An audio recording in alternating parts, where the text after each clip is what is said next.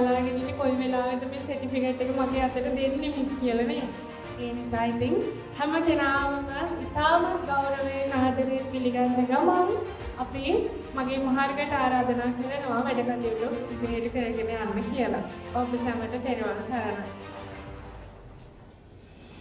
මල් කියන්නේ හරි සුන්දර දෙයක්. මල් ලබන්න කෙනෙක් වාසනාවන්ත වෙනවා කියලා කියන්නේ එක වචනකින් විස්තර කරන්න බෑ.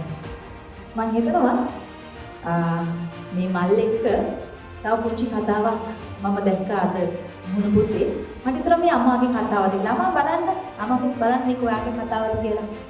මට තේරෙනවා හරි අමුතු පුරුද්දක්. ස්ට්‍රෙස් වෙලා අමාරු වෙලා ඉන්න කෙනෙකුට වචනකින් හරි පුංචි තල්ලුවක් දෙන්න. මූඩ් අවුට් වෙලා ඉන්න කාගේ හරි හිතකට පොඩි හිනාවක් දෙන්න. කෙනෙක් අලුතින් පටන් ගන්න ඕන දෙයකට පුළුවන් විදිහට සපෝට් එකක් දෙන්න. ප්‍රශ්නවල ඉඳි වැටෙන්න නොදී තව ටිකක් ආදරෙන් බලා ගන්න. දෙපාරක් හිතන්නේ නැතුව හරි අමුතු පුරුද්දක් මට තේරෙනවා. තව කෙනෙක් මන් නිසා සතුටු වෙද්දී මට දැනෙන සතුට මං හරි අපූර්වට විඳිනවා ඒ දිහා බලාගෙන. ඔයත් එහෙම කෙනෙක් තමයි.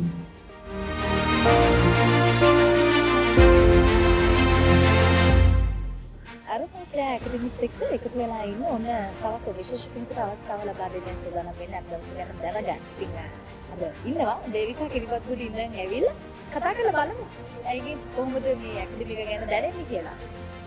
ඇත්තටම හොඳයි ඇකඩමික් හිතුවන්නේ විදුලි සපෝට් එකක් පට්ට සපෝට් එකක් දෙනවා. ඉතින් සන්තෝෂයි ඇකඩමික් එකේ කියලා ජීවිතේ ඉස්සරහට යන්න කියලා යන්න ලැබිච්ච එක ගැන ඇත්තටම සතුටුයි. ඉතින් ඇත්තටම මේ වගේ දවසක් අපිට උදා කරලා දුන්නට මම මුලින්ම ස්තුතිවන්ත වෙනවා අපේ ගුරුතුමියට. ඇයට කියාගන්න බැරි තරම්ම සතුටුයි අපිට මේ අද දවස ගැන මේ අපිට ලබා දීපු මේ මොහොත ගැන ඇයට කියන්න වචන නැහැ. ඒ තරම් අපිට සතුටුයි.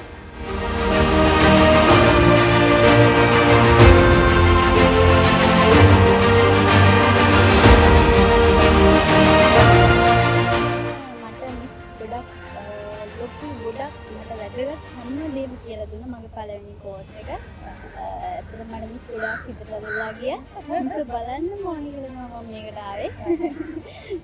මිස් ඇත්තටම අපිට ගොඩාක් ආදරේ. අපි මිස් ආදරේ.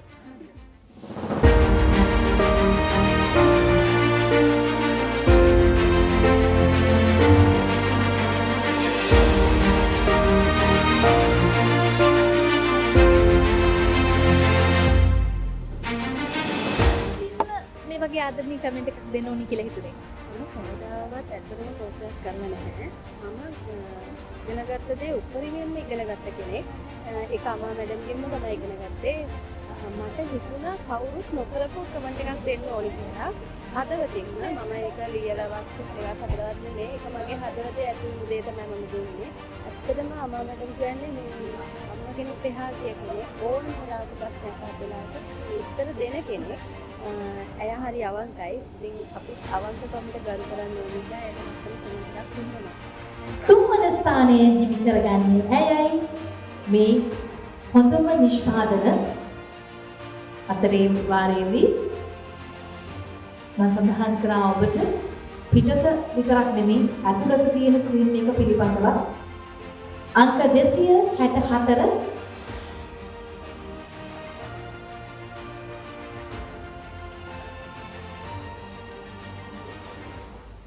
නිරෝෂා දමයන්ති අංක 186න් ප්‍රථම ස්ථානයේ හිමි කර ගන්නවා.